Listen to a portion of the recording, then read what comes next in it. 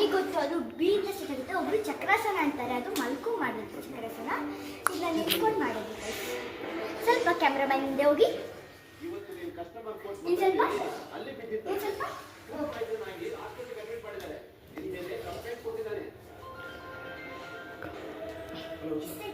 ಅಲ್ಲಿ ಮಾಡೋಕ್ಕಾಗಲ್ಲ.